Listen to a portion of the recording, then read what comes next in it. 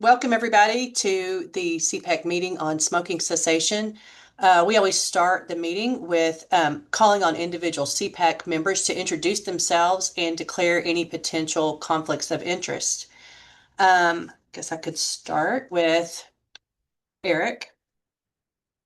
Please state briefly where you're from, who you're from, where you're from, and if you have any additional conflicts of interest to add to what you've already disclosed to ICER. My name Eric. is Eric Garmfrick. I'm from St. Louis University School of Medicine. I have no conflicts of interest. Alan.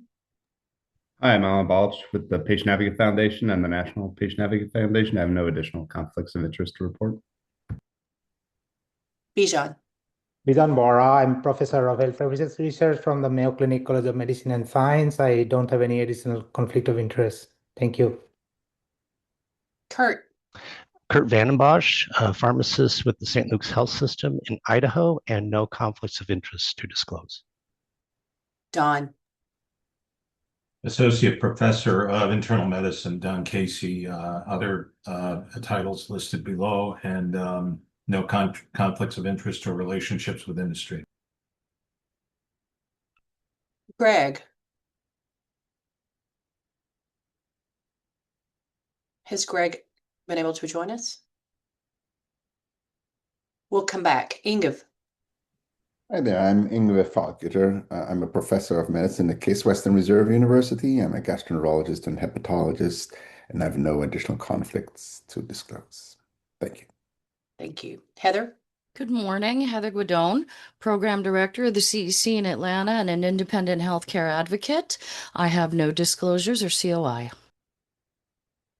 Gianni.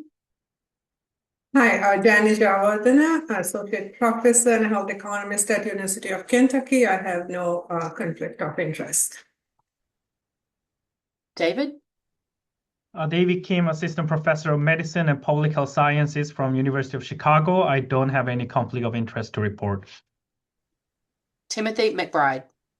Good morning. I'm Timothy McBride. I'm a professor in the New School of Public Health at Washington University. That's a change from what's listed. And I have no additional conflicts of interest. Reem. Hi, everyone. Reem Mustafa. I'm Professor of Medicine at the University of Kansas. I also direct the Evidence-Based Practice and Impact Center and have no changes to my conflict. Rachel. I'm Rachel Sachs. I'm a professor of law at Washington University in St. Louis, and I have no conflicts to declare. Timothy Wilt. Hi, I'm a professor of medicine and public health at Minnesota, general nurse health systems researcher, and have no conflicts. Okay. Has Greg been able to join yet? I don't see him. My name is Jill Johnson. I'm the current chair of the Midwest CPAC. I'm a pharmacist, professor of pharmacy practice at the University of Arkansas for Medical Sciences, College of Pharmacy, and I have no further conflicts to disclose. I guess once Greg is able to join, we can ask him the same questions. Okay. Let's see, let's move to our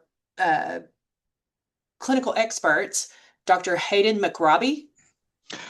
Good morning, everyone. My name's Hayden McRobbie. I'm Professor of Population Health at Queen Mary, University of London here in England. I'm a public health physician by background with PhD in tobacco dependence and treatment. Just as as an expert, a clinical expert here, just very quickly, I've spent the last 25 or more years working directly with people who smoke, helping them to quit, and supporting the development of evidence-based approaches for treating tobacco dependence. I was involved in the establishment of the NHS Stop Smoking Services, in England and also contributed to the development of national smoking cessation services in New Zealand, which is where I hail from. I've also held roles with the New Zealand Ministry of Health, which has given me extensive experience in tobacco control policy implementation and challenges in equitable access to effective treatments. I'll leave it there. I've got no additional conflicts of interest to disclose. Thank you. Thank you. And thank you for being here and helping us sort this out. Nancy Rigotti? Hello, everyone. I'm Nancy Brigatti. I'm a professor of medicine at Harvard Medical School and the director of a tobacco research and treatment center at Mass General Hospital, where I was trained as a general internist and was a primary care doctor for many years, and now both deliver some treatment and supervised treatment, but also do a lot of research. And the relevant conflict that is listed here, just to make everyone aware of, is that I have worked with Achieve Life Sciences on helping them to develop their the protocols and of the studies that are being evaluated by the FDA. Achieve is the manufacturer of the drug cytosine or cytisinicline, as they now call it, that is at the FDA for consideration as a smoking cessation aid, and the reason that we're talking today. Thank you, and thank you for being here, Dr. Ricotti. Those are our two clinical experts. The next slide should have our patient experts. We have Mike Hess from the COPD Foundation. Mr. Hess, would you like to introduce yourself and tell us about your conflicts? Certainly. Mike Hess, Senior Director of Advocacy and Regulatory Affairs for the COPD Foundation. I'm a respiratory therapist by training. I've been an RT for about 20 years now. I've been with the foundation for about 5, and for the 4 years before that, was directly involved in a primary care practice, doing a lot of tobacco cessation counseling and care coordination to get people on proper regimens and effective regimens, that sort of thing. I don't have any personal conflicts to report. I do note that, as it notes on the slide, the vast majority of our annual funding comes from healthcare companies, particularly in pharma. I don't believe we currently have a relationship with the manufacturer of this medication, but that's not to say it couldn't happen in the future. So that's where I stand. Thank you. Thank you. And our patient advocate, Judy Nagy. I'm sorry, I have squamous cell carcinoma in my vocal cords, so it's kind of hard to understand me. I've been a patient advocate for 17 years, and I started with the Global Healthy Living Foundation, which handles all chronic illnesses. I'm also involved with the arthritis and the Arthritis Foundation, in which I'm a platinum ambassador. I do not receive any funding from any of those organizations, and I have no other conflicts. Thank you, and thank you both for being here today. As far as the other speakers that we will have today, including the policy roundtable participants, we would like for you guys to also announce any financial relationships with industry or other potential influences before you speak. I guess next I would like to introduce the ICER speakers, starting with our president and CEO, Sarah Emond. Sarah? Thank you, Jill. I will take it from here. I really appreciate you calling the meeting to order. And Judy, I wanted to let you know I heard you great. So thank you so much for being here. Please take your time as you participate today. Your perspective is so important.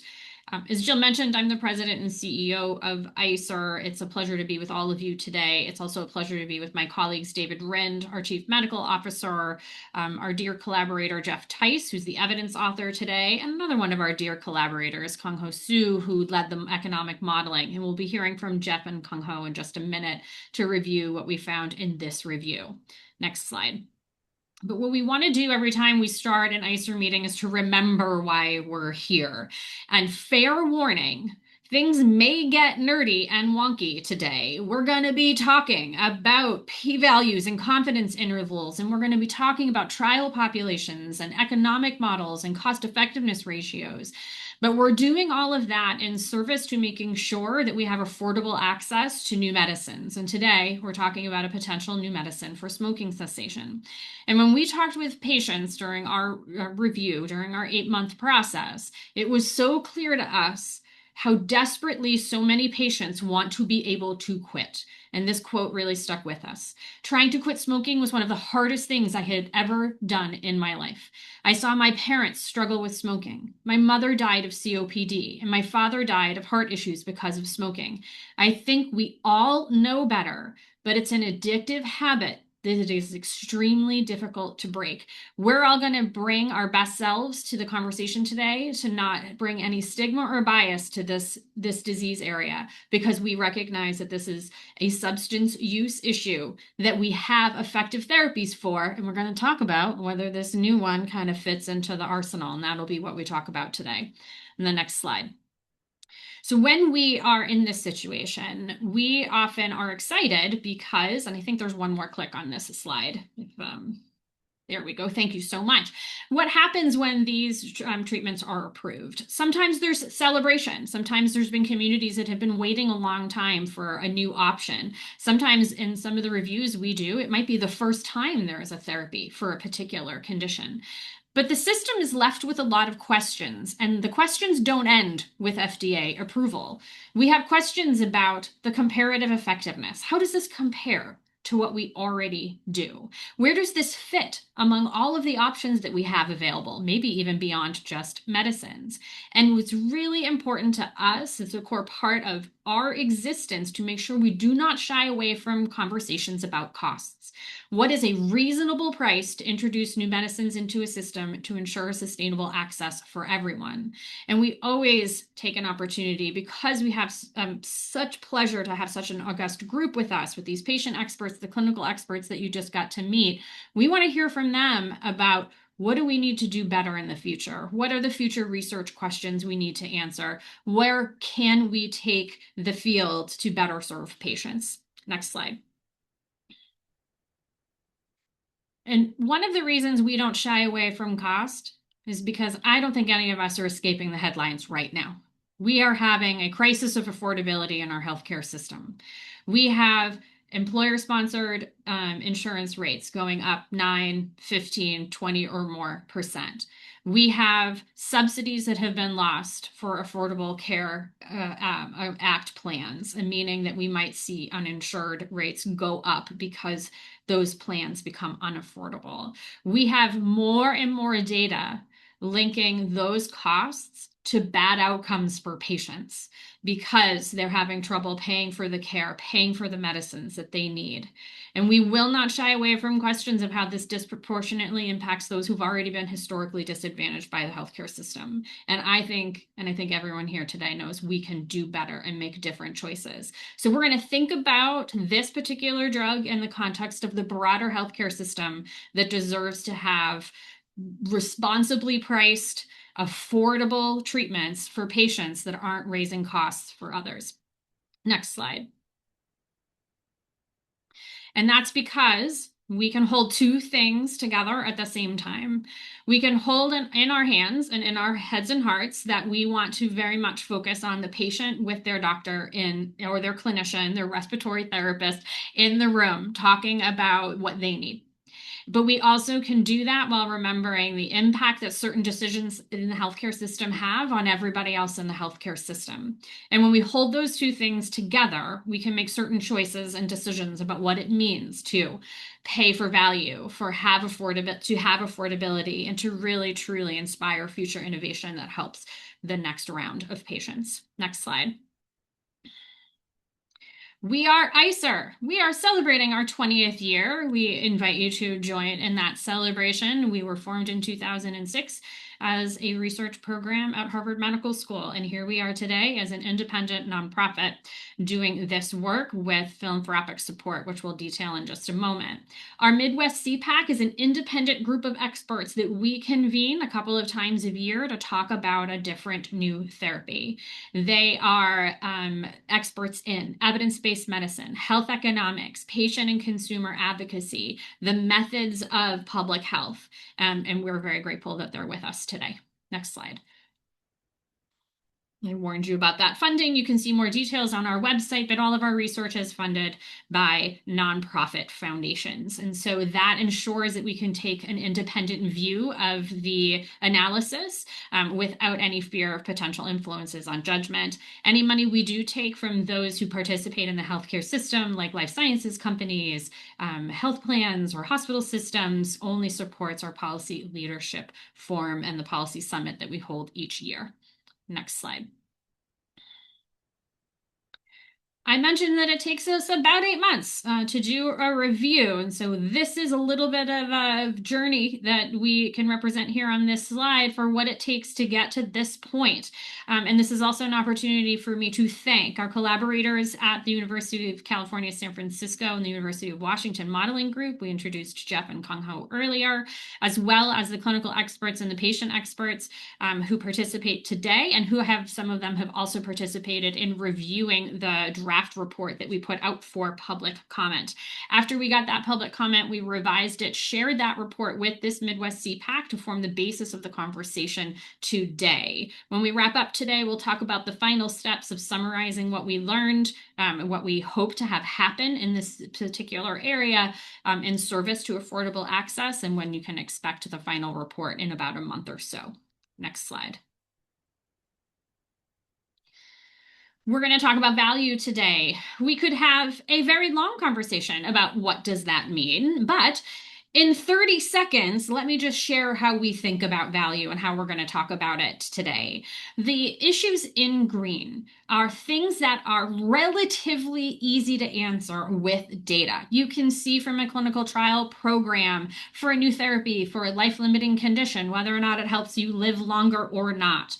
You can see from a clinical trial program if the side effects of a new drug are better than the comparator. You can also model from that data, what does that mean for how much are we spending for health gain?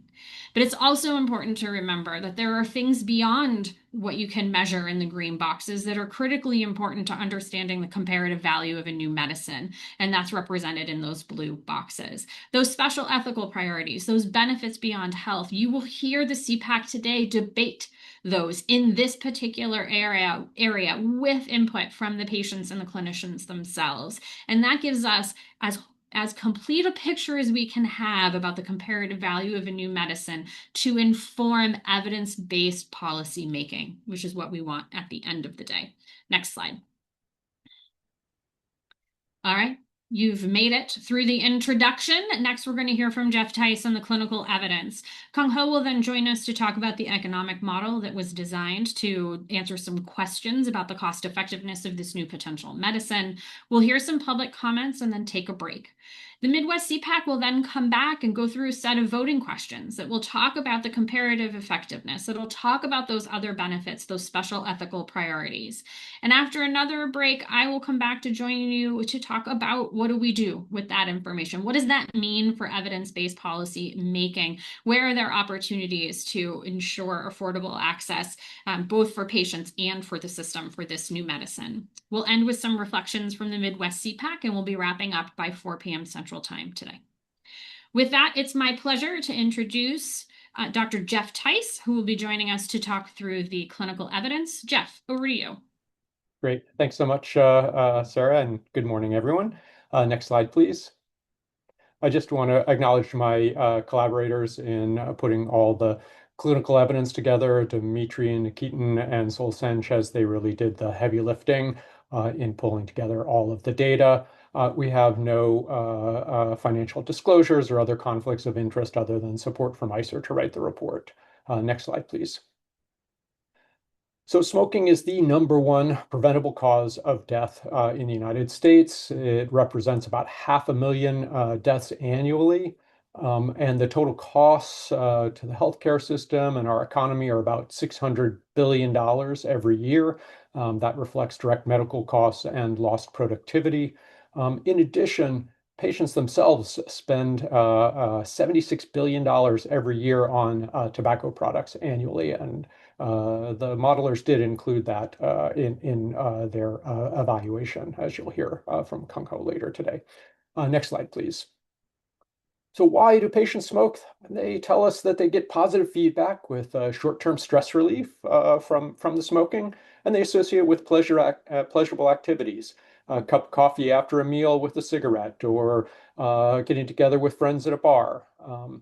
But many of them, most of them, in fact, I'm a primary care physician. I know most of my patients who smoke want to quit. There's a lot of stigma, as we already addressed, to being a smoker.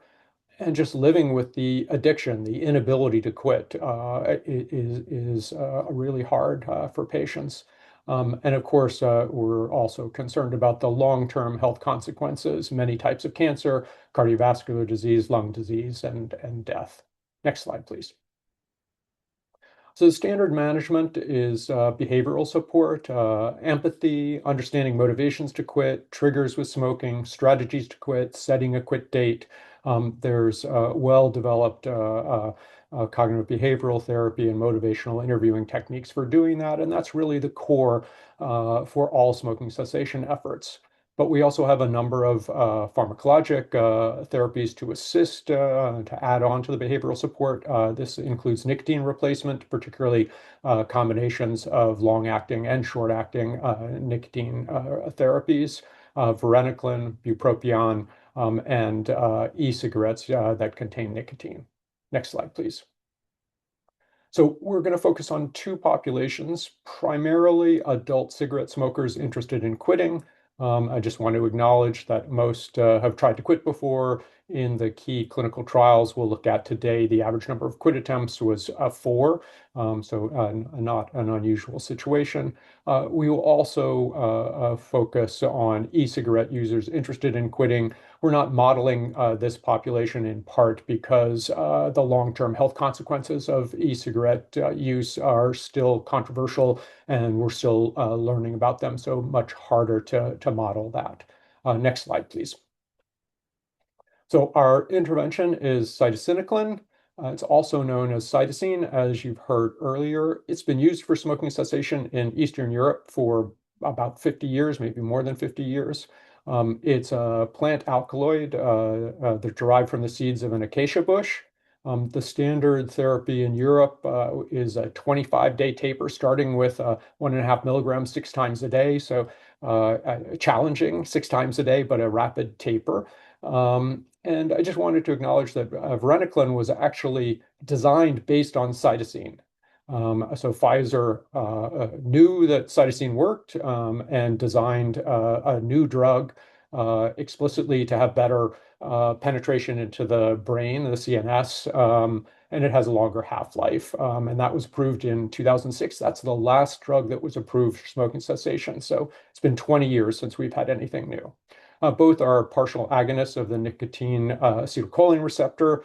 So that means that it actually helps to decrease craving, as well as decrease the positive effects of cigarette smoking. So people can be on these drugs while smoking, and it often helps them to cut down, even if they don't quit.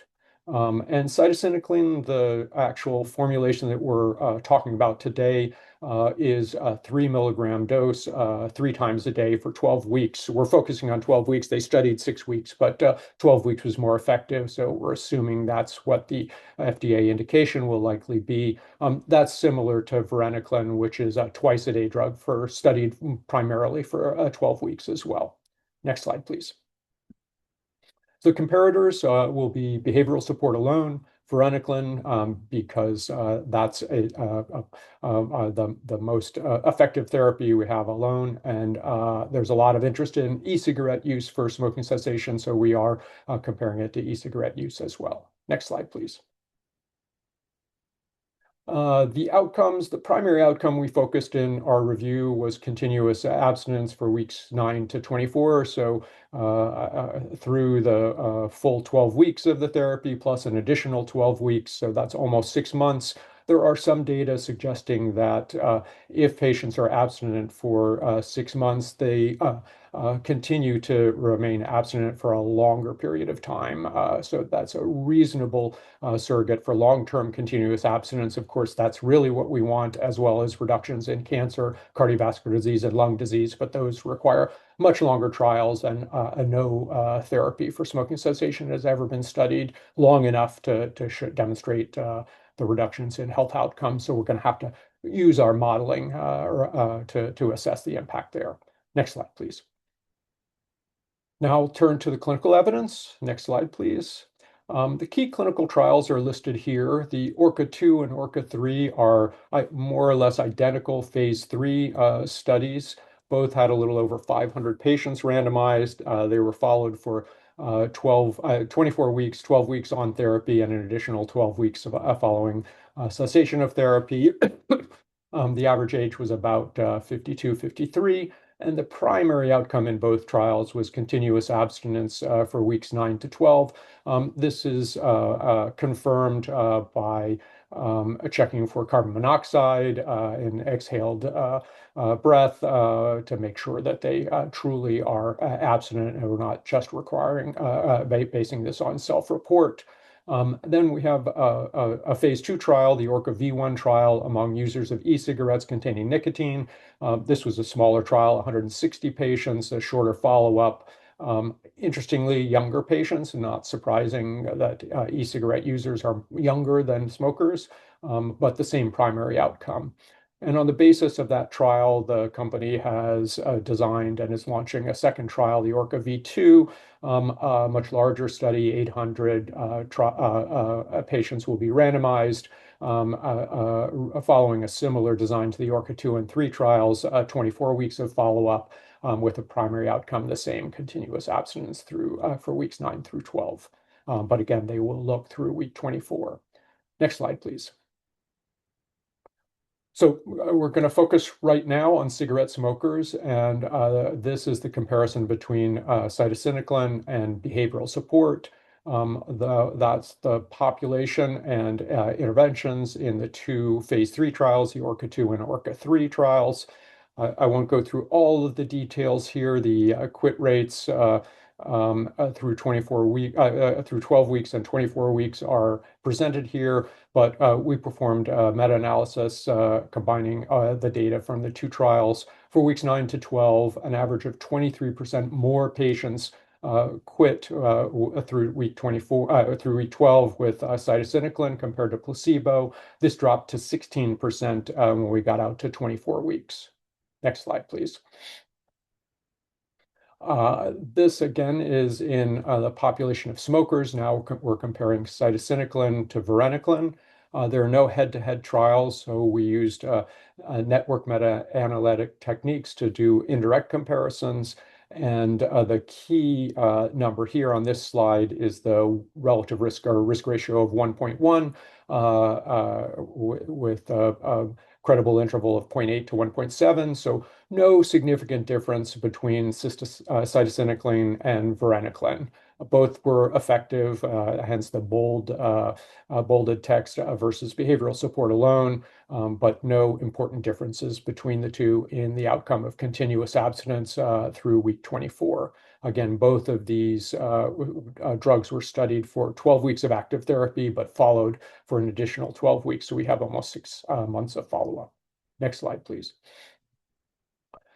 In the comparison of cytisinicline versus e-cigarettes, we don't have any head-to-head data. There is a high-quality Cochrane network meta-analysis that was published in 2023, and they concluded that there were no differences in abstinence at 6 months. The odds ratio was 0.94 with wide confidence intervals around that. Next slide, please. For harms, in the comparison between cytisinicline and placebo, you saw statistically significantly more insomnia and more abnormal dreams, but the absolute differences were small, 11% versus 6% and 8% versus 5%. For cytisinicline versus varenicline, again, no head-to-head data, but one of the problems with varenicline is significant amounts of nausea, and there appears to be less nausea with cytisinicline compared to varenicline. Again, this is data from a network meta-analysis. I also want to highlight, for those of us who are clinicians, we know that varenicline initially had a black box warning about serious psychiatric adverse events, in particular suicidal ideation and suicide. There was a study designed to look at this specifically, and there was no excess suicidal ideation or suicide or adverse psychiatric events with varenicline, and so that black box was removed. But that stigma still attaches itself to varenicline, both among clinicians, I know, and in patients. So there is hesitancy in using varenicline. For the comparison of cytisinicline to e-cigarettes in the network meta-analysis done by the Cochrane group, there were no significant differences.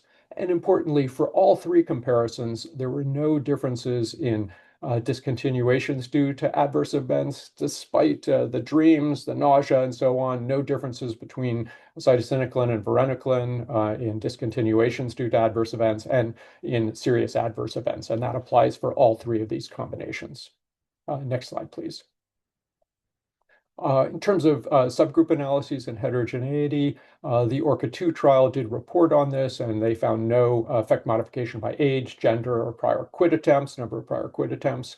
The differences between light and heavy smokers was not statistically significant. The P for interaction was 0.32, as noted here, but the absolute differences were striking. So the odds ratio was about 10 for light smokers, so 10 to 20 cigarettes a day, where it was only 5 for heavy smokers. And of course, this is not a surprising finding that people who are smoking more have greater challenges in quitting.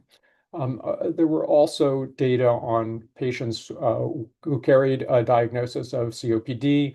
Again, there were no differences in the treatment effect. So cytisinicline was equally effective in patients with and without COPD, but there were lower quit rates in both groups. In other words, patients with COPD had lower quit rates with cytisinicline and placebo. Next slide, please. There are a number of controversies and uncertainties. The optimal treatment duration is unclear. It is clear from the clinical trials that 12 weeks is better than 6 weeks. I didn't present those data, but it was abundantly clear that we got better quit rates, long-term quit rates with 12 weeks of cytisinicline, and this mirrors what we found with varenicline. Longer therapy may be better. In clinical practice, we often use varenicline for more than 12 weeks, and over time, we may find that that is what we do with cytisinicline as well, if it is FDA approved.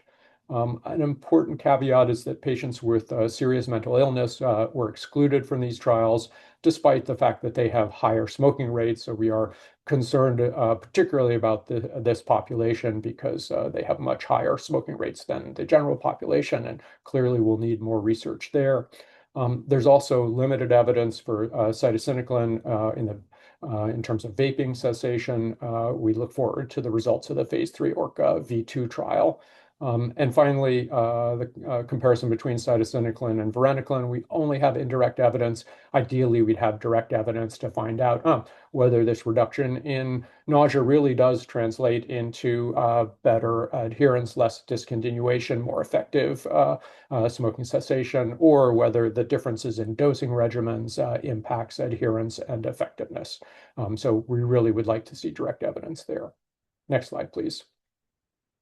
So the benefits beyond health and special ethical priorities that Sarah alluded to earlier, things that we don't quantify in the economic analyses, but are important in thinking about our assessment of the value of the new therapy.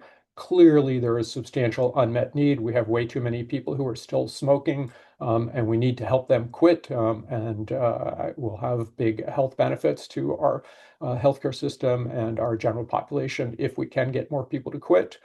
There are important health equity issues. I already spoke to this, patients with serious psychiatric illness. Also, patients with lower socioeconomic status are more likely to smoke than those with high SES. And in particular, our Native American, Alaskan Native populations are overrepresented among smokers. And finally, one additional factor, which may be controversial, can be marketed as a natural product. It is derived from a plant.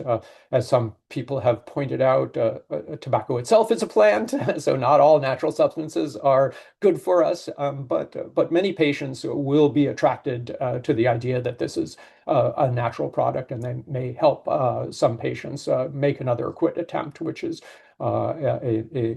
again, from my primary care perspective, most patients have to have several quit attempts, learn from each quit attempt before they finally quit for life.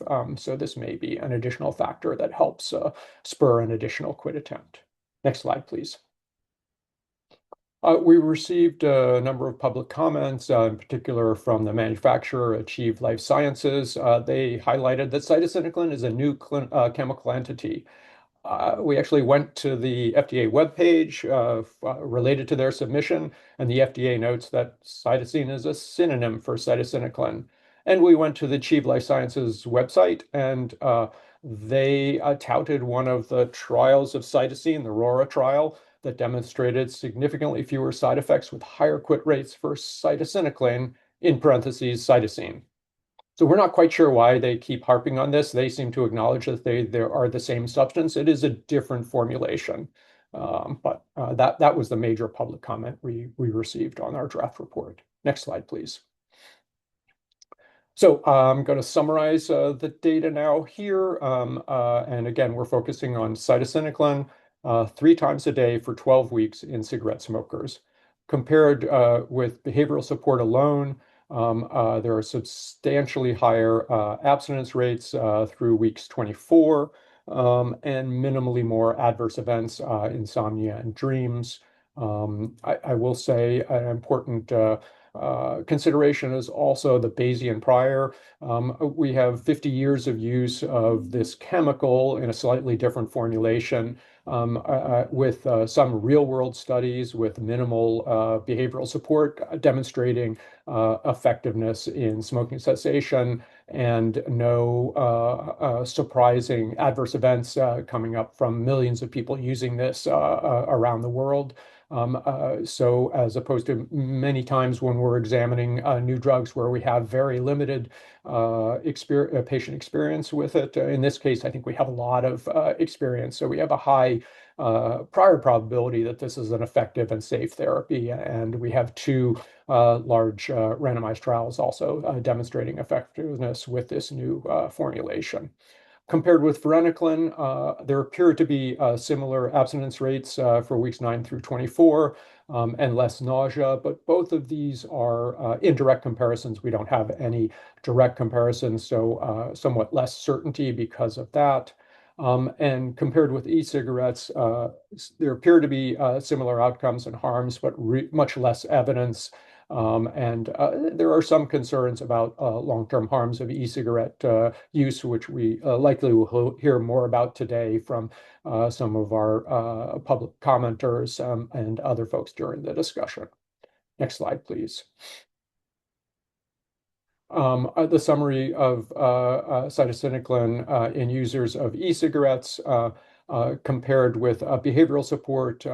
I only alluded to the data here, but there's a small study suggesting net health benefit. But we have a phase 3 study that was planned, and actually we actually reached out to the manufacturer to confirm that they are still planning to do this trial. It was given a national priority voucher, a new kind of voucher with the current FDA, indicating that there is tremendous interest in the current administration in vaping cessation, not just smoking cessation. So we'll see what happens there. But one small study suggesting that health benefit. And compared with varenicline, we really don't have any data, but it likely will be similar based on the comparisons between varenicline and cytisinicline in cigarette smokers. Next slide, please. So our ICER evidence ratings, the first three will be among adult smokers interested in quitting. The first comparison is with behavioral support. We have the high pretest probability from prior knowledge to well-designed randomized trials showing significant differences in quit rates through 24 weeks. So our assessment was that there was substantial net health benefit, high certainty of substantial net health benefit with cytisinicline compared to behavioral support alone. Next slide, please. For the comparison with varenicline, our assessment was that it was at least as good and possibly somewhat better. The possibly somewhat better comes from the fewer adverse events with nausea. Though we have some uncertainty there, it may really be comparable. Next slide, please. In the comparison with e-cigarettes with nicotine, we felt like there was insufficient evidence. We don't have any direct evidence here, and the indirect evidence has wide confidence intervals. So we felt like there really needs to be a further study here before we can assess this. Next slide, please. Now we're changing the population, again, adult users who want to quit, but this time e-cigarette use. And this is cytisinicline versus behavioral therapy. This is a population studied in the ORCA V1 study, which was positive, but we don't have data through 24 weeks, so we don't have the same data for long-term abstinence, and we have a larger trial that is in progress. So we feel like it's likely to be at least as good and possibly somewhat better and maybe even substantially better. We just have a lot of uncertainty right now. This partly comes from the V1 trial, partly comes from data with varenicline, which has a similar mechanism of action. Next slide, please. And finally, in the comparison of cytisinicline versus varenicline, in this population of users of e-cigarettes who want to quit, we felt like it may be somewhat better, but possibly slightly worse. We really don't have enough data here. We think it's promising, but inconclusive at this point. Next slide, please. So now I'm happy to take questions. Thanks for your attention.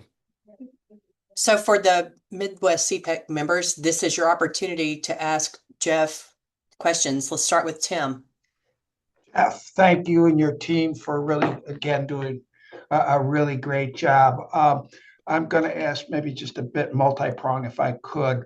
One is, how certain are you, given the indirect evidence, and it's based on a network meta-analysis of really 2 trials, so it's going to be a pretty weak network meta-analysis. And I bring that up because in part you mentioned that basically they're synonyms for each other, cytosine and I'm going to get them wrong here, cytosine, cytisinicline. And there was one trial that basically compared cytisinicline versus varenicline, of which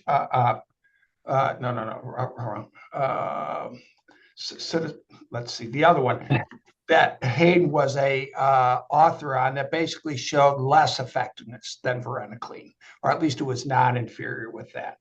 And you also talk about how it's basically similarly derived from varenicline. So how certain, I guess, are you? And then the other aspect of it is the title is Those Willing to Quit. And I think that's overly broad. When you look at the exclusion criteria, and if you look at ORCA 3, they've got that flow diagram, and they've got 1,400 who were presumably eligible, smoke greater than 10, had this carbon monoxide, willing to quit. But out of those, and presumably those didn't have all the other exclusionary criteria because they got in, were looked at, and they brought them back for a second visit. And out of that, about 60% were randomized. So I think just setting it up for a placer when we think about it, that seems like a bit of an expansive description of what the evidence holds. Sorry to be. All right. Well, so I'm a little unclear on which analysis you're talking about. It seems like you're talking about a couple of different populations in comparison. So you're talking about specifically the comparison with varenicline among adult smokers, right? Yeah, we have two large phase 3 randomized trials of cytisinicline, the entity under question, and then prior trials of varenicline with behavioral support versus behavioral support alone, for which it was FDA approved. And I just some concerns because we don't have direct evidence that there's uncertainty. And certainly I agree that's why we didn't say there was high certainty. But yeah, Okay. feel pretty comfortable. FDA approved varenicline, lots of clinical experience, clear real world evidence that it works, and two large phase 3 randomized trials of cytisinicline, the 3 milligram dosing 3 times a day that is under consideration. And yes, there's uncertainty, but we think they're close to comparable. And they're really the reason why cytisinicline may be a tiny bit better is just that it may be better tolerated, primarily because less adverse events.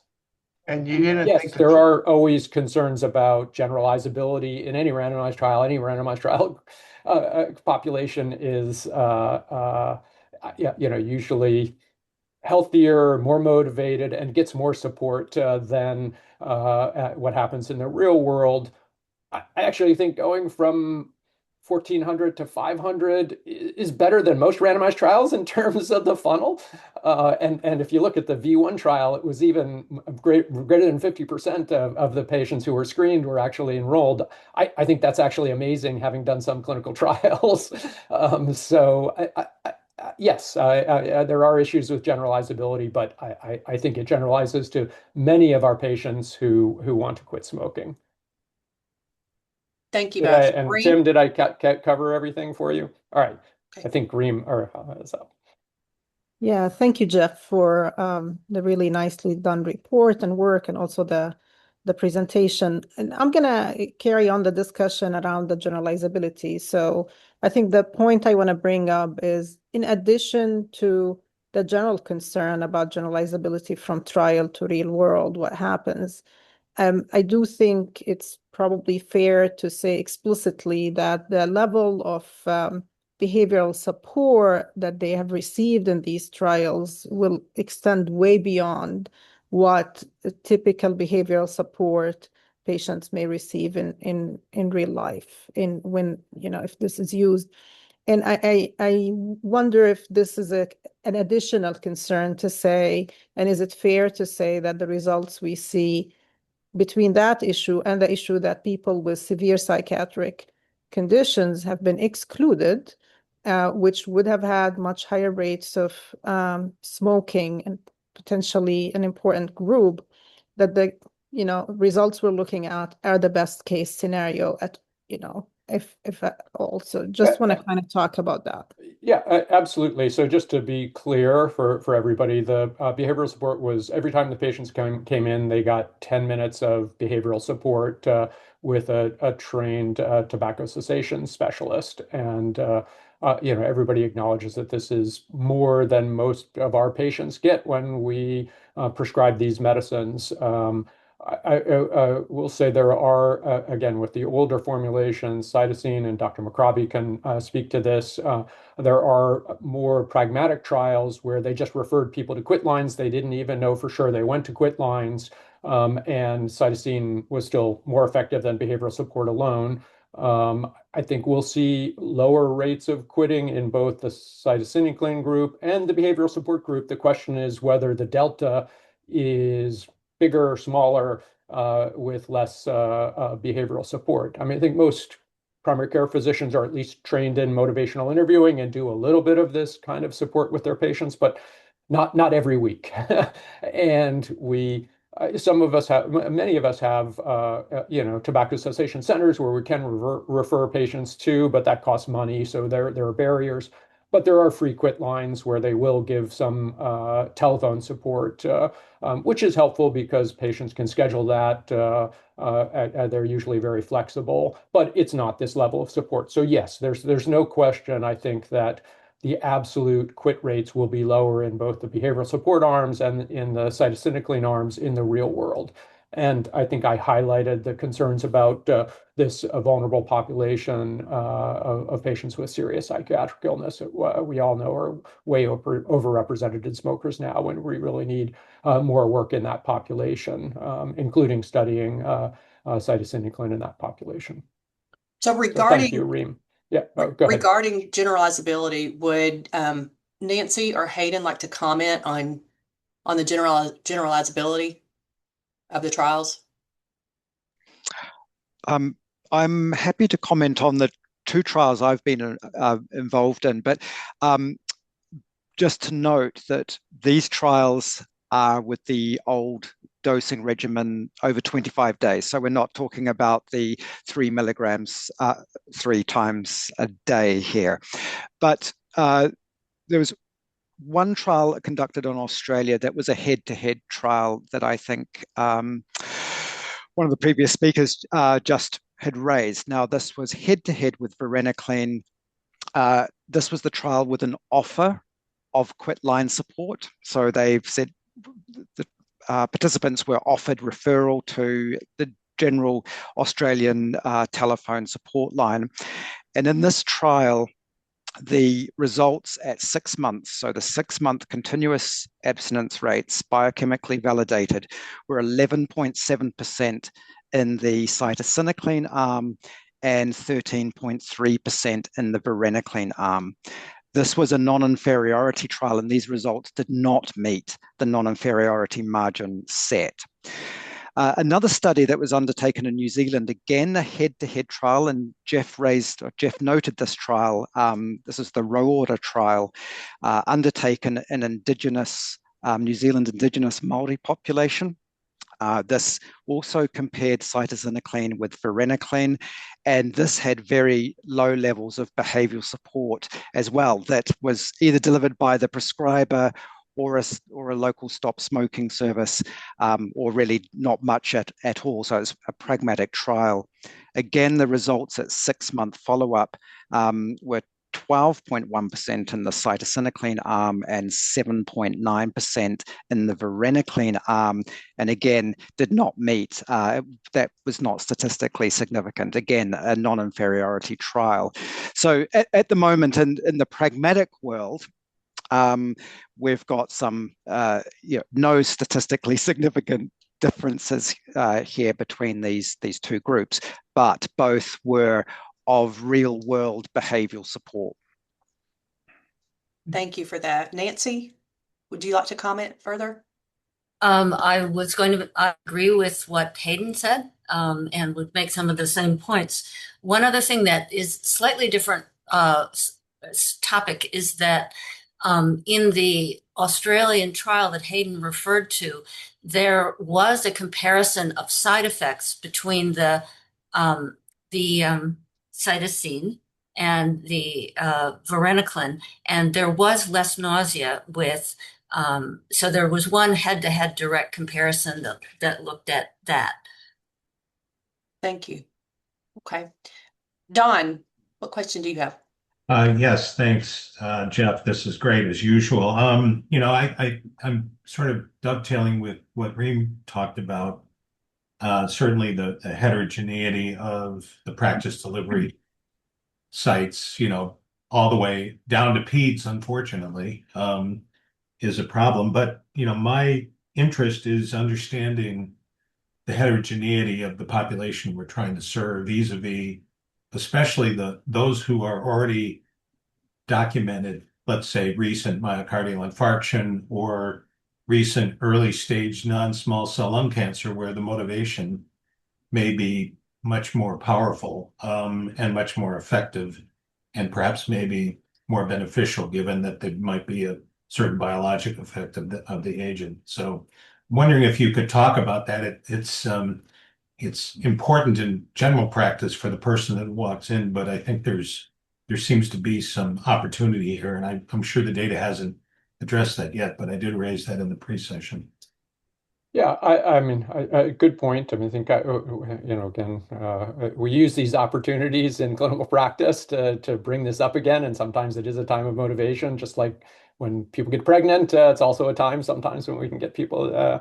But I don't think we have any data here. I think those patients would have been excluded from the trials because of challenges with follow-up and risk for adverse events. So I think my recollection is the people with recent active cancer and active cardiovascular disease were excluded from the trials. But I might open it up to the experts who have more knowledge of the effectiveness of smoking cessation in general in those populations. If either Dr. McRobbie or Rigotti want to comment. I would say that in the trials, in the ORCA-2 and ORCA-3 trials, people who had cardiovascular disease that was stable were allowed into the trial. But if you had had an event in the last 3 months, you were not able to be in the trial. So there was some cardiovascular disease history in those trials, of the participants in those trials. Certainly having an acute event is a good way to quit smoking. I used to say that the best way to quit smoking was to have and survive your first heart attack. And that's certainly true. We don't have data in that group of patients from clinical trials that we know of. And in terms of cancer, it's certainly been shown that it's still worth quitting smoking after the diagnosis of lung cancer. These trials did not specifically exclude people with lung cancer or other cancers, but because those people are relatively rare in the general population, there weren't any that I'm aware of in the trials. And maybe just to add to that, from the pragmatic trials, again, on the older dosing regimen, those patients the cancer patients weren't specifically excluded or included. And the trials did exclude those who have had a recent cardiovascular event in the last 3 months. The Australian study didn't exclude people with mental illness. And I just quickly checked up on the results there. Any mental illness, there's a 14.9% in the cytisinicline arm and 19% in the varenicline arm had any mental illness. Most were depression and anxiety disorders, and then the rarer ones were schizophrenia, bipolar, and personality disorder. I would also say that if I could add that in the 2 ORCA trials, people could have symptoms of depression and anxiety. You simply couldn't have a diagnosis or moderate to severe. But people that were taking antidepressants. So based on that, would you judge a 5% absolute difference to affect the motivation between the two groups? I mean, I'm sorry, I'm not sure I understand your question. Well, Dr. McRobbie said that there's a 5% absolute difference between mental illness. Is that a big enough difference to affect motivation or anything for I think that was the prevalence, right, Dr. McRobbie? Yeah, that was the prevalence of those diseases, not the effectiveness of the 2 therapies in that population. It wasn't a subgroup result, I don't think. Okay. That's correct. My apologies for any misunderstanding, Jill. They were No, baseline certainly my characteristics. misunderstanding. Thank you. Tim McBride. Yeah, thanks. I'm going to stay on the theme of the generalizability, and I appreciate the discussion about mental health conditions. And my question is about low socioeconomic status, because in the data that's in the report, it's shown, and we know that the smokers are 3 times more likely among low-income people than high-income people. So my question is, and we'll talk about that later, I think, in the other discussions, but my question here is about, did you have any subgroup analyses that showed the difference of responses among people by income? I would try to search for that in the results. So do you see any responses by income that's of I note? can't remember, so it looks like Dr. Rigotti is going to answer for I don't me. want Thank to. you. I don't want to. You know, No, sort no. of step on your toes No, there. no, But please. I was going to turn to you. it's an excellent give you an answer. But in the trial was done in such a way that we didn't ask about income or anything like that. I suppose we could potentially look at in a post hoc way. We could look at you know, sort of zip code and see if we could make something of that. But it was not done that way. Okay. There are no data that I can give you. I will say, I think some of the Australian or New Zealand trials, I want to turn to Dr. McRobbie, did look at, you know, targeted specifically lower SES patients. So maybe Dr. McRobbie can say something about that. Yes, I was just reflecting on the New Zealand trial, which targeted our Indigenous Māori population. And this population is the large majority would fall into the lowest socioeconomic groups.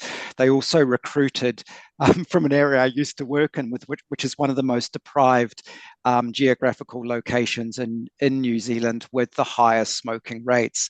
And I guess that's, you know, where you're going, Tim, in this. I think that's a very good question and one that we need to do better at.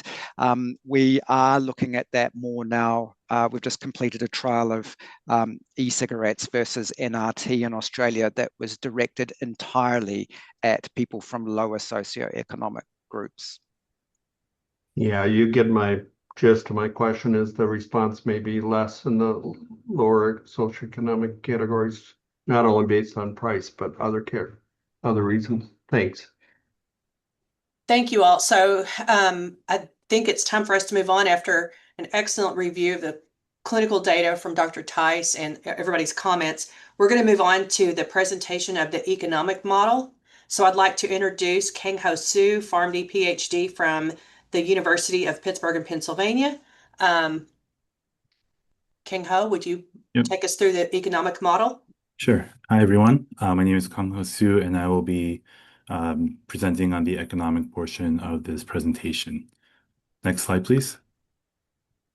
I would like to thank several key team members of the economic modeling team who helped on this assessment, Dr. Josh Carlson and Huishan Chan from University of Washington, and Dr. Marina Richardson and Marie Phillips from ICER. And our individual disclosures are provided below. Next slide, please. So the objective of this economic assessment was to evaluate the lifetime cost effectiveness of cytisinicline with behavioral support compared to varenicline with behavioral support or behavioral support alone in individuals interested in quitting cigarettes. And we are focusing on this population and not vaping because, as Dr. Tice mentioned, we do not know what the health consequences of vaping are. Next slide, please. Before we talk about cytisinicline, I wanted to anchor the unmet health need from smoking in the same terms as we often use for other diseases. So in the second column, you'll notice absolute EVLY shortfall, and that refers to the future health lost if the condition goes untreated. And in the last column, the proportional shortfall is the share of remaining expected healthy life that's lost. So for smoking, the absolute shortfall is about 11 EVLYs, and the proportional shortfall is about 44%. So this puts smoking in the same neighborhood as major chronic conditions. It's larger than what we see for depression on an absolute basis, and while multiple sclerosis is higher, smoking still represents a substantial fraction of remaining healthy life. So the point here is that smoking is a high unmet need health condition. Next slide, please. I'll go over the methods in brief. Next slide. So here are the methods that we used in this analysis. These are fairly standard Markov model methods used for ICER assessments. I do want to point out that we used a 3-month cycle length, which approximates the treatment course for cytisinicline and for varenicline. The primary outcomes that we assessed were cost per life year gained, cost per QALY, cost per eval gained, and COPD cases averted. Next slide, please. So here's the model schematic that we used in our for our model. We had two submodels for current and former smokers, with everyone starting as a current smoker, and then we modeled one quit attempt. Patients could then transition between current and former smokers based on background quit and relapse rates. Afterwards, patients start with the no current comorbidity state and then progress onwards. We know that smoking and the downstream health consequences are numerous and very complex, and because of that, we had to make simplifications in our model structure. We focused on the major health complications, and this is commonly done in prior models that assessed smoking cessation. So our model emphasized the incremental differences that would be expected of the initial treatments, and it was reduced down to the major drivers of morbidity and mortality. And so we focused on COPD, cardiovascular disease, lung cancer, and their combinations. Next slide, please. Here are the model cohort characteristics that we used. The cohort that we modeled on average were 52 years old, about 45% male, and smoked about a pack a day, and these were based on the ORCA 2 and 3 baseline characteristics. Next slide, please. So here are some of the key assumptions that we made. The first two revolve around former smokers having the same transition probabilities of clinical outcomes, as well as having the same relapse probability, regardless of their time since quitting or a cessation strategy. And then third, patients cannot have COPD and lung cancer simultaneously. So we know these assumptions are not, they're not reality, but this is what other prior models have done. And the first two limitations reflect the memoryless nature of Markov models. So it's another simplification. And while these are strong assumptions, we do not expect these to impact the incremental results meaningfully. Next slide, please. So here are the treatment effect parameters that we used, as Dr. Tice summarized in his portion. And these were based on ICER's internal network meta-analyses. Next slide, please. Here are the transition probabilities that we used for the comorbidities that we modeled. As previously mentioned, we're not modeling a decline in risk over time for former smokers. It's a simplification that we chose to make. And I know these numbers look small, but keep in mind that these are 3-month probabilities. So over the course of a lifetime in the model, the differences do get larger. Next slide, please. Here are the mortality risks that we used in the model. As one would expect, the risks of mortality are larger for current smokers compared to former smokers. Next slide, please. Here are the utility input parameters that we used. I just want to highlight the last one, where in our review of the literature, we found the study that there is a disutility to smoke just for smoking. So just quitting alone benefits an individual's utility. Next slide, please. Here are the treatment costs that we used in our model. We used an estimate of $5,000 for a treatment course from IPD Analytics. And for varenicline, we're using the median generic price that we found. We'll show you a scenario in a little bit where we use the lowest generic price. Next slide, please. So before I go into the results, I do want to note that you may notice small differences between the evidence report that was posted in December and today's slides. And that's because since the evidence report was posted, we identified and corrected a minor implementation discrepancy, and that resulted in small shifts in the incremental cost effectiveness ratios, but it did not change the direction of the results or our conclusions. Next slide, please. So here are our base case results. And I kind of want to highlight the treatment costs and the total costs. And if you look at the differences in total costs, you'll notice that the difference is mainly due to the drug price differences, plus a little bit more and that's because patients live slightly longer with cytisinicline and as a result accrue more costs. And for COPD cases per 1,000 individuals, we can see that there are about 4 cases avoided or averted with cytisinicline and varenicline compared to behavioral support alone. Next slide, please. Here are the incremental base case results. We can see in the comparison of cytisinicline with varenicline, there are slight incremental gains in life years, QALYs, and EVLYs, about 0.01. And in the comparison of cytisinicline to behavioral support alone, we see slightly more gains in the health outcomes. Next slide, please. Here are the incremental cost effectiveness ratios for the base case. For the comparison of cytisinicline to varenicline, we can see that the cost effectiveness ratios are fairly high, typically well above standard thresholds to determine cost effectiveness, while the ratios for cytisinicline versus behavioral therapy alone would be considered cost effective under standard thresholds. Next slide, please. So here is a tornado diagram that shows which single inputs influence the incremental EVLYs gained for cytisinicline compared with varenicline. I want to highlight that the 2 most influential inputs are the quit rate treatment effects for cytisinicline and for varenicline. In other words, the effectiveness assumptions drive the health benefit difference the most. And so if we focus on the first bar, if we assume cytisinicline is at the lower end of its effectiveness range, the incremental EVLYs become negative, meaning cytisinicline would generate fewer EVLYs than varenicline. And in our model, the incremental cost remains higher, so cytisinicline would be a more costly option with fewer health benefits.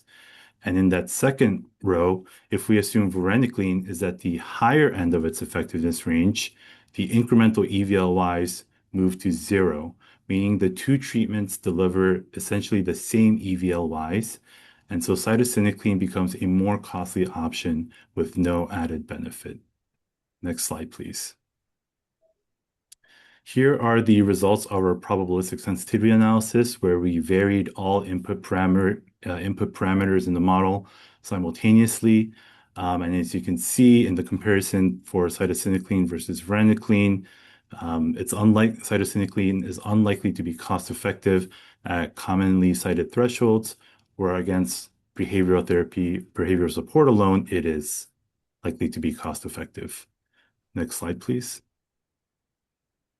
Here are some of the scenario analyses that we ran, one for a modified societal perspective, one for a minimum price for varenicline, where we used a treatment course cost of $25 instead of the $660, and a lower relapse probability starting in year 5 of the model. And here are the incremental cost effectiveness ratios for cost per EVLY gained. And you can see compared to the base case, numerically, the ratios do change, but the conclusion and our interpretation of the cost effectiveness compared to varenicline and behavioral support alone do not meaningfully change. Next slide, please. So the health benefit price benchmark based on our model estimates was $1,900 to $2,700 for cytisinicline. And to reach the discount from our placeholder price of $5,000, we estimated a 46 to 62% discount would be needed. Next slide, please. So here are some of the top limitations of our model. I kind of talked about each one of these previously, but to summarize them, we limited the health consequences of smoking to COPD, lung cancer, and cardiovascular disease. We did not vary the risk of disease over time for former smokers or for current smokers. We assumed one single quit attempt at treatment initiation, and we were limited to using a placeholder price for cytisinicline. Next slide, please. We did not receive any comments on the modeling or the economic portion between the draft and the evidence report. However, we did receive a few comments from external expert reviewers, which included using a lower price for varenicline based on personal experience. And so that's why we ran that scenario analysis. And additionally, another comment saying to incorporate relapse rates that vary by time since quitting. Because of the Markov model memoryless structure, we couldn't incorporate a continuously changing relapse rate, but that's why we ran that scenario analysis where starting from year 5 in the model, we did use a lower relapse rate. Next slide, please. So in conclusion, cytisinicline provides gains in QALYs, EVLYs, and life years over varenicline from the healthcare sector perspective. At the currently assumed placeholder price, cytisinicline would not meet commonly cited cost-effectiveness thresholds versus varenicline, but cytisinicline would meet them against behavioral support alone. Next slide, please. Thank you so much for that. That was excellent.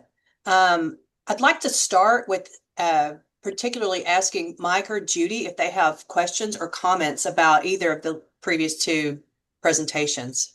If you'd like to make a comment, you're welcome to. Or you can wait. We can, if you come up with one, just push the raise hand and I'll call on you. Okay, so for Midwest CPAC members, let's start with Inge. Yeah, hi. Thank you so much. It was a great presentation.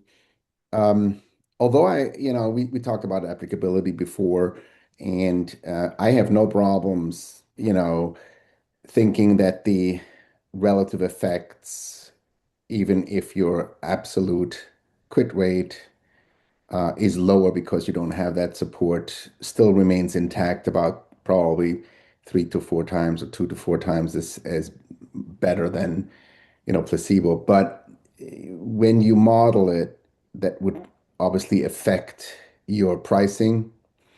So I'm just wondering, it looks like it was really great to hear from Dr. McRobbie that, in real life kind of pragmatic RCTs, you can probably achieve about a 10%. So it's maybe half of what we can see in isolated, highly selected groups.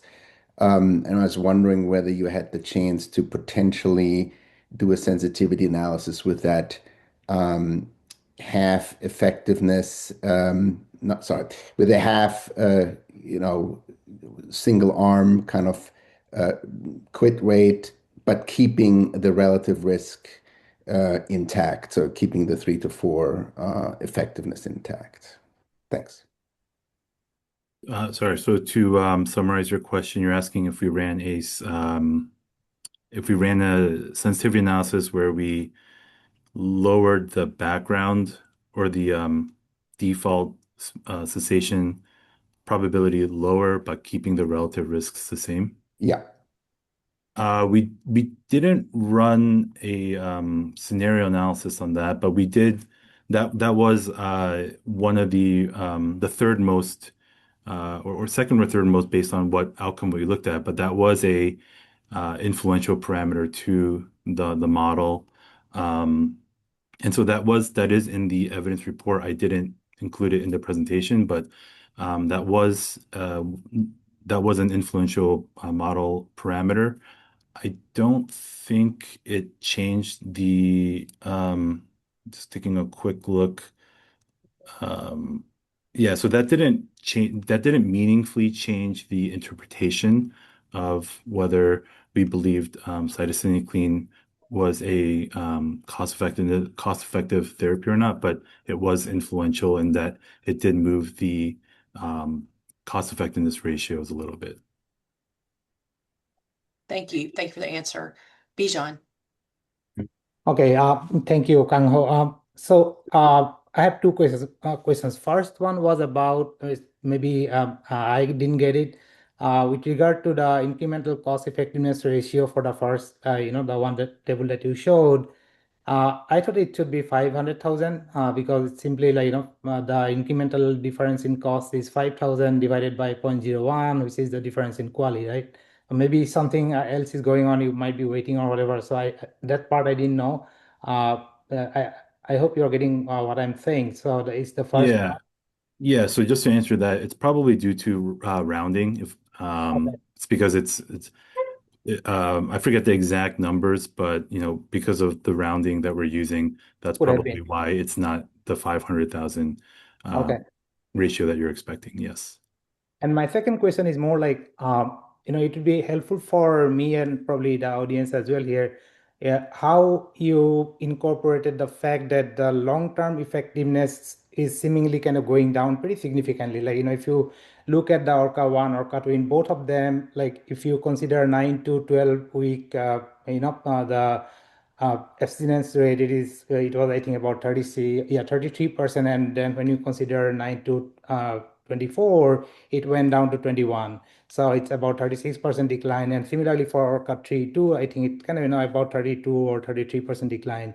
So I guess my question is, and I would assume that if you consider it, like if you kind of, lengthen the time window, it would decline, it would not go up. My question here is, in the model, this is a lifetime model.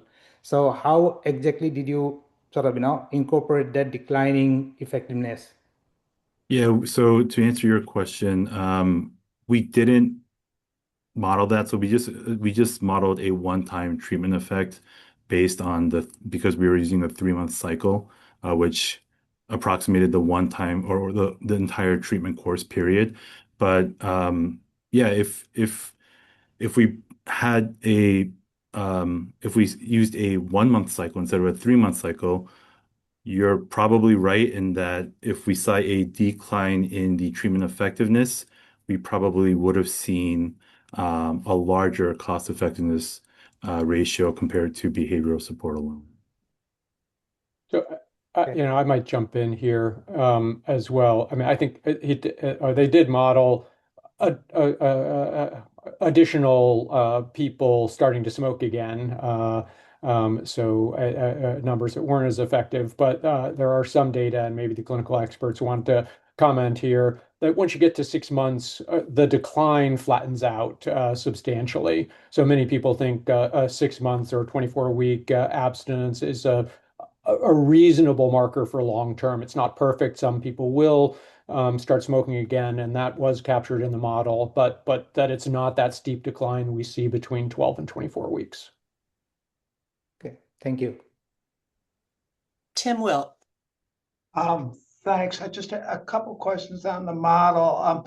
You assume that there were any individual who was interested in quitting, but that doesn't quite meet the population, and that they had to have had at least one prior quit attempt. And then the issues about greater than 10 cigarettes. And you also did not include, you assumed that individuals had no comorbidities. I could see this going both ways. One, if you had baseline heart disease, even with a similar relative effect, you probably prevent more future heart attacks. So that's probably a good thing.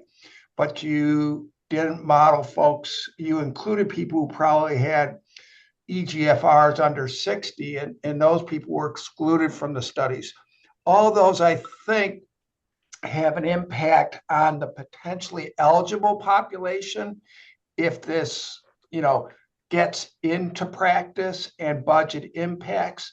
For example, if you haven't tried varenicline first, you might be inclined to try this one first. And so just wondering how that might affect the models and the overall budget impact.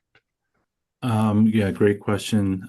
So I don't know how it would impact the budget impact. I haven't thought about that. But to answer your other question, we did assume that everyone starts with having no current comorbidities because we really couldn't find in the clinical trials what proportion had these comorbidities at start.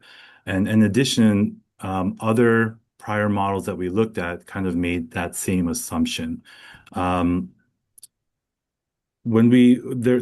are other models that we found, and we talk about it in the evidence report, where some other models outside the US did incorporate, they looked at the population. So I believe there was one from the UK that looked at the population impact of cytisinicline and varenicline. And Similarly, they found a incremental difference of 0.8 for varenicline versus behavioral support alone, which is similar to what we found. So I think even if we did include the comorbidities, I think we would find similar incremental differences as what we found in our base case. I just want to jump in on the quit attempts because I would have guessed a priori, not that I can back this up from the clinical trial, that people with multiple quit attempts in the past are not more likely to quit with a new therapy than people with no quit attempts in the past. Now, maybe that's right or wrong, but it's not obvious to me that including people with prior quit attempts, which is the normal population of people who are trying to quit, it's hard to find people who've never tried to quit, would make the new drug look better. I would have, if anything, thought that you'd have a slightly better shot by restricting to people with no quit attempts, that this was their first attempt. And, so I wouldn't have thought it went the way that you were predicting, Tim. I guess particularly in comparison to varenicline, because these people had already failed varenicline. So if you're looking at a head-to-head versus varenicline, would you get the same cost effectiveness versus your first shot? You say, okay, my decision is C versus V. But we didn't have a head, the head-to-head was through a network. It wasn't a bunch of people who had failed varenicline being randomized to varenicline versus cytosine. It was varenicline versus placebo and cytosine versus placebo, and then looking at them network. Right? Maybe I'm misunderstanding your concern? My concern is where it would end up being in the treatment pathway. I think that comparing C versus V looks even more cost effective and better budget impact if you're thinking about using it in anybody who's thinking of quitting smoking, whether they've ever tried V before or not, or nicotine replacement. I think you're going to have a worse budget impact and a worse cost effectiveness in people who've never seen V before than somebody who's failed it once and maybe should even get another shot at V again. I see. David. Yeah, thank you, Gango, for the great presentations. I have two questions related to how to capture health-related quality of life in your model. And because the incremental differences in quality of just life here between like the cystinurin and then varenicline is very small. And then one thing that I didn't hear, how you capture, decrease in health-related quality of life associated with adverse event, which is in the evidence report, it says that compared to the placebo, cystinurin has an increased risk of insomnia and abnormal dreams. I know there are other things that are non-statistically significant. Also, compared to the varenicline, I think it has actually lower risk of nausea. So I think incorporating health-related quality of life associated with the adverse event may have some impact on the cost effectiveness result. So I'd like to hear how you handle that. Second things also, I think that all your discussions, as a panel, we have a substantial interest in a secondhand smoke. So again, the health-related quality of life associated with the secondhand smoke also may have a profound impact on the cost effectiveness of smoking, any interventions to try the smoking cessation. So I'd like to hear your thoughts on how to handle those two issues. Yeah, so great question. So for the first one on adverse events, if my memory, so we did not include them in the model because first, they're generally self-limiting. And if my memory serves me correct, I don't believe any individual adverse event was greater than 5% or was considered a serious adverse event. It was, I think that's what we said in our model analysis plan. So that's why we didn't include them explicitly in our model. And there is also prior modeling precedents for that. I think in our review of prior literature that looked at smoking cessation models, I believe none of them also included disutilities or costs associated with adverse events. For the second question, yeah, that's a great point. We did not include secondhand smoke impacts in our societal perspective. What we did include were disutilities to caregivers when patients had COPD or lung cancer. But yeah, if there were good data on that, I think it would be a good choice to include that in the modified societal perspective. But we did not include. I don't think we found we had good data to support that in our model. Just on I the just want to add one more thing on the. Oh, go ahead, David. Probably same comment. Yeah. So remember that we're talking about adverse effects for 3 months, and then they stop. So, if you have nausea or insomnia for 3 months versus a lifetime of smoking leading to death, or a lifetime of smoking leading to lung cancer or COPD. So when our modelers were asking us whether we thought it was important to include those short-term adverse events in their model, we thought that it wasn't going to move the needle very much. So Yeah, just David, I'd like to push back on that point a little bit, right? So the incremental quality gains reported is 0.01, and then there's a rounding to it, right? So 0.01 quality of life year gains translate into about like 3.6 like like perfect health days, right? So what we are talking about like 3 days in like additional perfect health, and then even within like 3 months that patients suffer from insomnia for 90 days, and then that has some impacts on health-related quality of life. I do think that it's not small impact, although it's a empirical questions about how it actually pans out. So again, I understand why it was not modeled, but when we are talking about very, very, very small lifetime impact on the quality, then this kind of the adverse effects and how they actually their health related quality of life, even in the short term impact, may have some challenges. So that's my thought. understood. When we do our COVID review, you'll see us looking at days of impact. Right. Yeah. We're talking about at the moment. Don? Yes, Dr. Su, again, thank you for a great analysis. And David, thank you for bringing up secondhand smoke. I would throw pediatric asthma into that loop. Dr. Su, I have one question that maybe I missed the answer to, but it relates to the use of the numerical estimation of pack years pack years.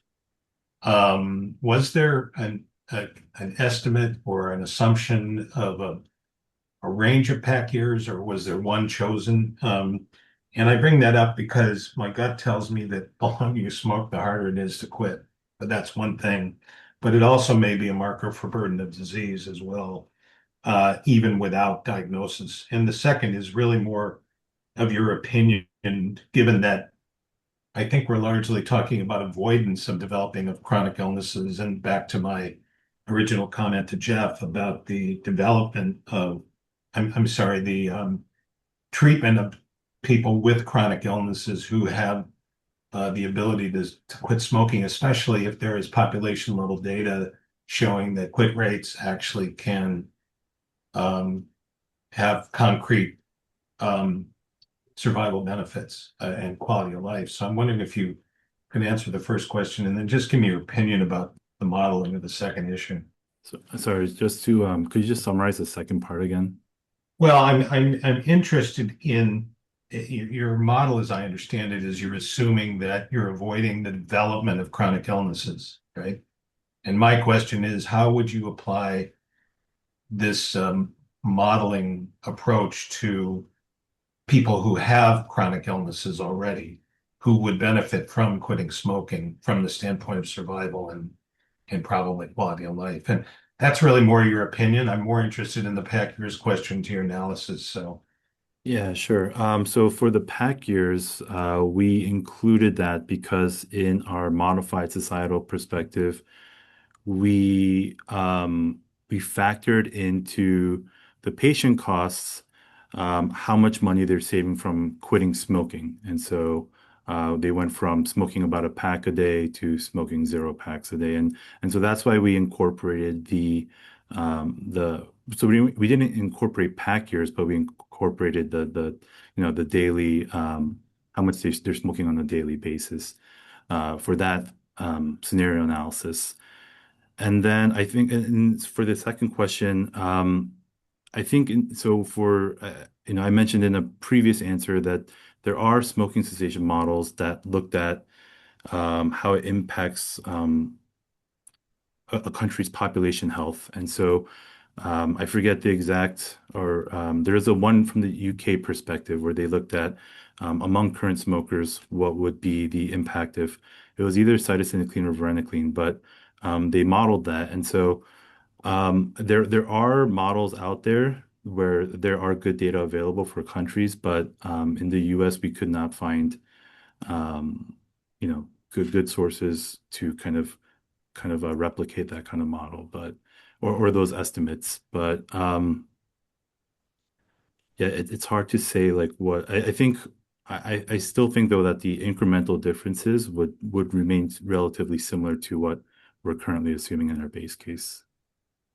And Dr. Casey, if you were interested in the pack years of the patients in the trials, it wasn't reported exactly, but they had smoked for about 35 years on average and currently smoking a pack a day. So you might estimate that it's about a 35 pack year history overall in the population. That's ORCA 3 specifically, but. Thanks, Jeff. But you would admit that that's variable that needs to be maybe had some sensitivity analysis on it. So. Thank you, guys. That's a good discussion. Eric? Yeah, one comment or question, because it came up earlier, and I have done work in tobacco cessation, mostly public health interventions over the years. I know my colleague Tim McBride has done that too. The convention that I learned, right, was that there is a direct association between the number of quit attempts, legitimate quit attempts that a patient tries, and the success of said quit attempt. So there is a relationship between it. And I just want to I don't think it's related to how we've economically modeled this or even to how I think about this, but since it came up in conversation and we're talking about a significant public health hazard of tobacco use, I just wanted to check in with Dr. McRobbie or Dr. Rigatti about their assessment of like the relationship between quit attempts and successfully, quitting. And I think, my thinking here is that adding another option into the repertoire of things that can help quit attempts gives people more options for quit attempts. But that's my thinking on this. So, Dr. McRobbie or Rigatti, if you would, I'm just curious what your thoughts are on this. Or our patient experts may also want to weigh in on that. Yep. So thank you, Jill. Yeah. Yeah, so I would agree, both from clinical experience and from, what, the literature, the more often you quit or the more often you try and quit, the more likely you are eventually, even when you have the conversation, the more often you have that, the more likely you are to eventually quit. And I also tend to agree that the more options we have, it's going to be better for the more tools that you have to bring to bear, the easier it is. I think it's always complicated because I know that we have to have some kind of objective measure to figure out exactly if a particular therapy is worth it. But I think that a lot of these models tend to be fraught with far too many assumptions and far too much homogenization of the population, honestly. I mean, especially at the beginning. I mean, again, if we look overall, is it significantly different than varenicline? Doesn't look that way clinically. But, again, as the question has come up, might it be more successful if somebody has failed varenicline once or twice or a certain number of times? There's a lot of nuance here that I think sometimes gets missed, and so I want to throw that out there. And also, there's quality of life is very subjective. There's so much subjectivity to all of this. So as the decision gets made, it's just I just want to highlight that from our advocacy perspective. Judy, do you want to make a comment on the more you try, the more successful you'll be? Sort of. Yes, definitely. I've tried everything except Chantix because I'm deathly afraid of it. But I have several comorbidities, and nobody has ever offered me varenicline, or and I would have tried it if somebody had offered it. But I'm currently taking Wellbutrin, and that's not doing anything for me. So yes, I am totally in favor of trying anything new. Thank you for that. Dr. McRobbie or Rigotti? Maybe just to say that making a quit attempt is one thing, the success of that quit attempt is another.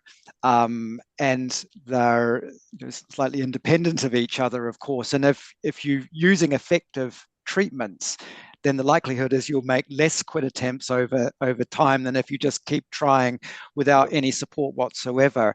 And I think my recollection of the data is that people probably underestimate the number of times that they've tried to quit in the past. And certainly the people that I'd see in my clinic have tried many, many times before, but it's a self-selected population, of course. Okay. That's great. I'd also go, I don't know if Nancy was going to say something. No, I would just add that in the ORCA-2 and ORCA-3 studies, we now have started to combine the data sets and look for effects. There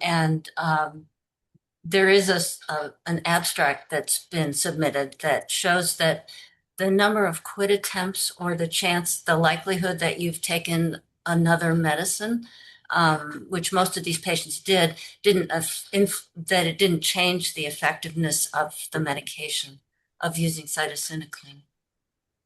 No, that's awesome. And I just want to also give a shout out to the modeling team, because I feel like this is one of the first cases that we've reviewed where the intervention had a direct cost saving, out-of-pocket cost saving to the patient, right? So this is just interesting, right? Like the consumption or the purchasing of the product to which they're addicted to actually has a direct economic benefit to the consumer or the patient. I'm trying to think if we've had a case that was that, where we've had that as a, hey, here's a way we're saving money. It's actually product consumption. Anyway, just as a point out that I feel like it's a special attribute of this case. Eric, I agree with you. I think that's super interesting, which complicates why then was there a 25% dropout rate while they're being paid to be participants? That's not logical. Because it's so addictive. It's so addictive. Yes. That's the reason. Yes. But the product sale, so to speak, of like spending less money on cigarettes is a direct benefit to the patient in this way that's unusual in the work that we've done in the past as a group. So just for all affected. For all affected patients, not just those in the clinical trial, for sure. Yeah. Tim Wilt.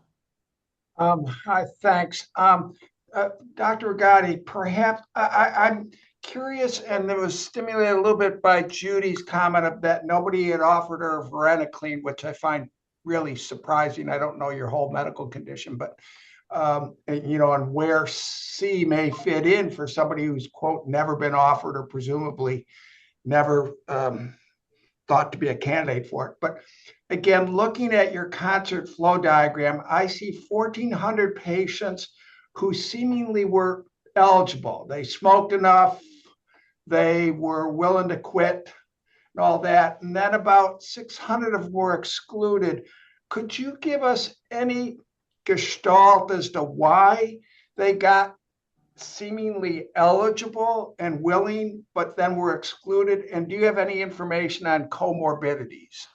Dr. Rigotti, before you answer, I just want to clarify one thing. Tim, she's been offered varenicline. She's afraid of the side effects. The dreams in Okay. particular worry her, Okay. so she's decided not to take it, but she's been offered it.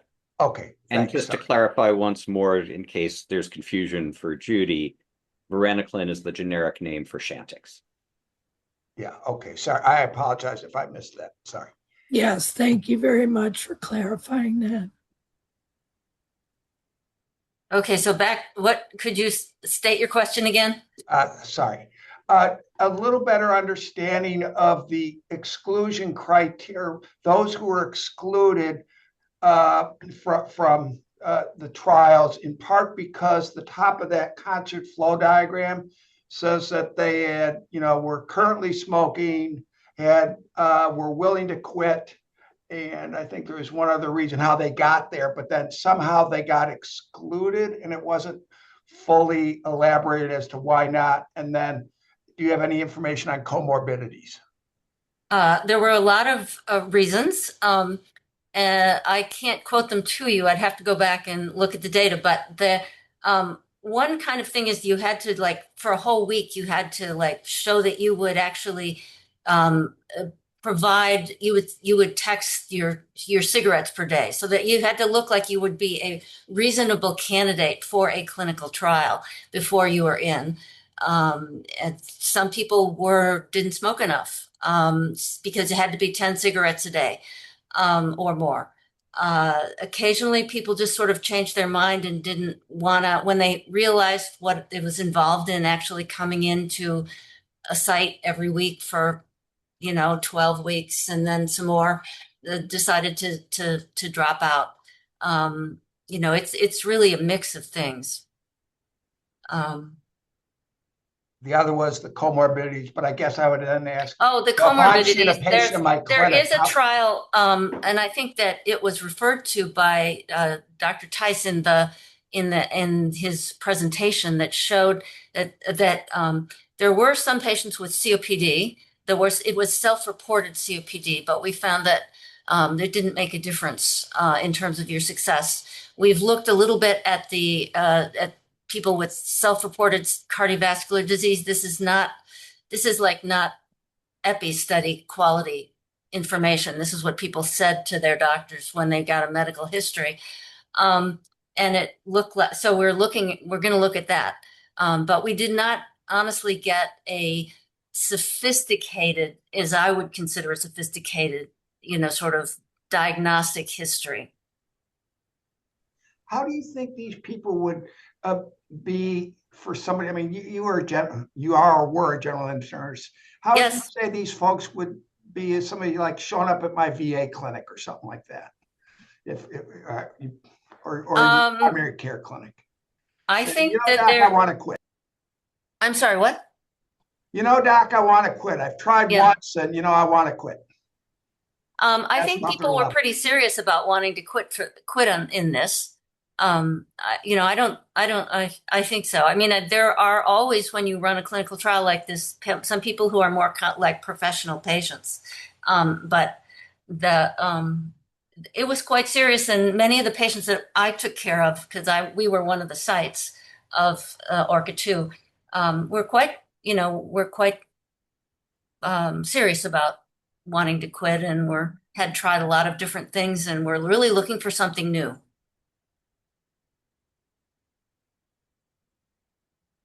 Okay. I guess any other comments or questions? Could I ask a question? Certainly. About the analysis, which is, I was surprised at the price that was assumed for the cost of cytisinicline or cytosine going forward. And I wondered, how did that come up? And then, because it looked kind of high compared to what, especially higher than varenicline, I wondered if it's possible to sort of do a sensitivity analysis to sort of say, how low should the price be in order for it to be reasonably cost effective? Because the drug hasn't been officially, well, it's not approved yet, but if it is approved, it still hasn't been priced. And I would think that any encouragement to the manufacturer to suggest a lower price, and maybe even a top price that would be reasonable would be very helpful from a public health perspective. So that's what our health benefit price benchmark is that was presented. So that gives the range from people disagree on what the top end should be, whether it's $150,000 or $100,000 per a measure of quality. Oh, no, that I understand. But did he do it the Yes. other way around where you'd say, yeah, okay. Yes. And so the numbers that Kang-ho presented for that range that we call the health benefit price benchmark is exactly that range, which I'm not looking at the moment, but Kang-ho, I'm sure you could say it. $1,900 to $2,700 per treatment course. Wow. So a cost in that range would be would meet typical thresholds for cost effectiveness. So around And recognize that's if you believe that the point estimates that are in the model of the additional benefit on quitting of cytosine versus varenicline are right, that the slightly higher rates of quitting is true. And Kang-ho, why don't you remind Dr. Rigatti where we got the estimate from for the price?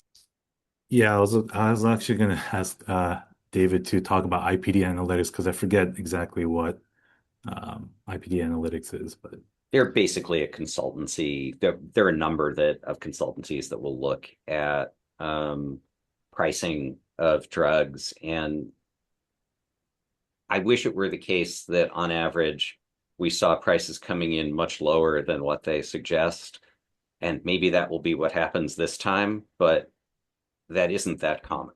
So we don't usually, when the actual price comes out, go, wow, that was so much better than what we thought. But that does happen once in a while. And everybody should remember that what we're talking about is a placeholder price. Just as Dr. Rigatti is saying, we do not know what the actual price is. If they came in at a much lower price, that would be great for public health for this drug that is $25 to $75 for a course in Europe, I think. Is that fair, Dr. Hayden McGraw? said that it was like $150 for the cytosine, the traditional dose, but that's only only 1 month as opposed to 3 months. So you'd have to triple that. But that would still be what, $500, which is quite a bit lower. And in Poland, apparently the price used to be what, $30 for a month? May have gone up. Yep, all good points.